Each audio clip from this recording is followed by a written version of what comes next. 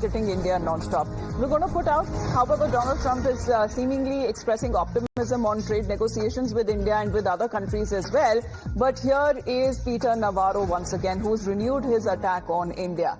This time, according to him, he is stating facts, saying that India's highest tariffs has cost U.S. jobs. India buys Russian oil purely to profit revenues to feed Russia war machine. Ukrainians, Russians die.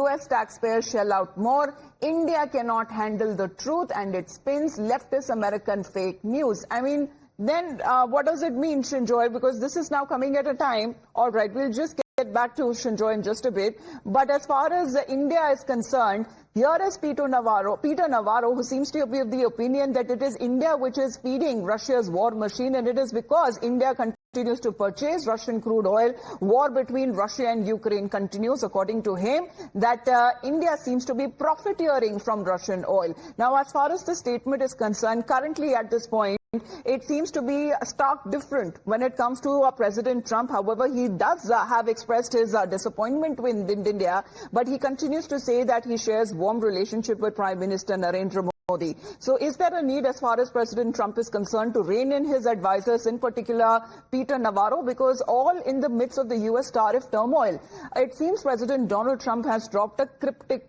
post on Truth Social. He wrote, and I quote, that looks like we have lost India and Russia to darkest China. And he shared the picture of the three leaders of Russia, China and India.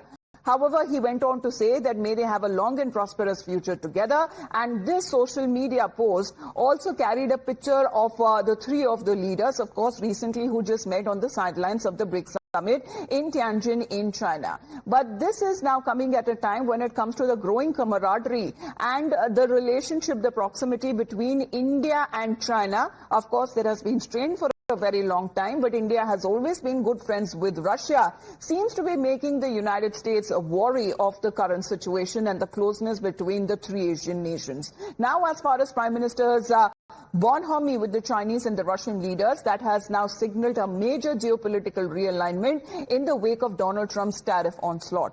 The Ministry of External Affairs, however, has refused to comment when asked about Donald Trump's latest post. Regarding the post, I have no comments to offer on this post at this point. तो इस पे हमारे पास अभी टिप्पणी करने के लिए कुछ नहीं. Now, as far as when it comes to United States is concerned, and that first post of Donald Trump where he shared the picture of the three leaders, his own Commerce Secretary has signaled a hardening of U.S. position on tariffs and has also fired a fresh salvo, saying that he expects India to say sorry to make a deal with Donald Trump. Here is the U.S. Commerce Secretary Howard Lutnick, who has warned India that it should stop buying oil from Russia and should rather also quit BRICS, because according to them, those all platforms are anti-American interest. Now, earlier it was Trump's advisor, Peter Navarro, who made a series of anti-India remarks and continues to do so. He's called India the laundromat of Kremlin and the Maharaja of tariffs. He's also alleged Brahmins are profiteering in India's oil purchase from Russia. I mean, this is something, a divisive nature that has now been taken up by the United States. And as far as the advisors are also concerned, when Navarro has further termed the Ukraine conflict as Modi's war, saying that the path to peace passes from New Delhi. Meanwhile, as far as others are concerned within the Trump administration and also from the other side, they are now calling out Donald Trump to be wary, to be alert, and not to ruin as far as several decades of hard work that has also gone into improving ties with India. However, many of them are coming out to say that all of these statements that are being made are actually inaccurate, and the United States is not in a position to lose India. Peter Navarro के comment के बारे में हम लोगों ने कुछ गलत और गुमराह करने वाले कमेंट या स्टेटमेंट श्री नवारो की तरफ से देखा है, और साथ ही साथ हम ये कहना चाहते हैं कि ये हमारे लिए अस्वीकारनीय है, इसको हम अस्वीकार करते हैं. Now, ever since the Donald Trump administration has assumed power in the second term this year, this message has has been clear that his economic policies will focus primarily on ensuring manufacturing is brought back to the United States, and Americans or American citizens would be prioritized to, when it comes to their jobs, because make America great again, make America rich again seems to be the top mantra as far as Donald Trump seems to be continuing the focus internally. But many in his government have also voiced out concerns over the existing H-1B visa policy. They are now demanding restrictions to ensure that Americans are benefited in the job market. And not to forget the manner in which Donald Trump has been liberally dishing out tariffs to several nations, including India being the steepest and the highest of them, 50%, who once he saw as a friendly nation. However, all of these policies are now coming back to haunt the United States. The recent figures that have been released by the U.S. Labor Department's Bureau of Labor Statistics, it shows that unemployment rate in the country is up to 4.3%.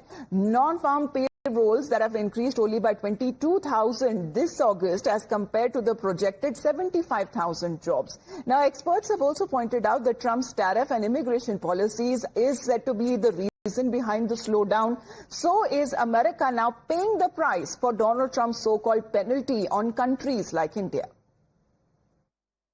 As we dive into the August employment report, the recent narrative of a no hire, no fire job market remains very much intact. We had only 22,000 jobs added on the month. That was below what was really kind of a mediocre consensus call of about 80,000 jobs to be added. We didn't hit that mark.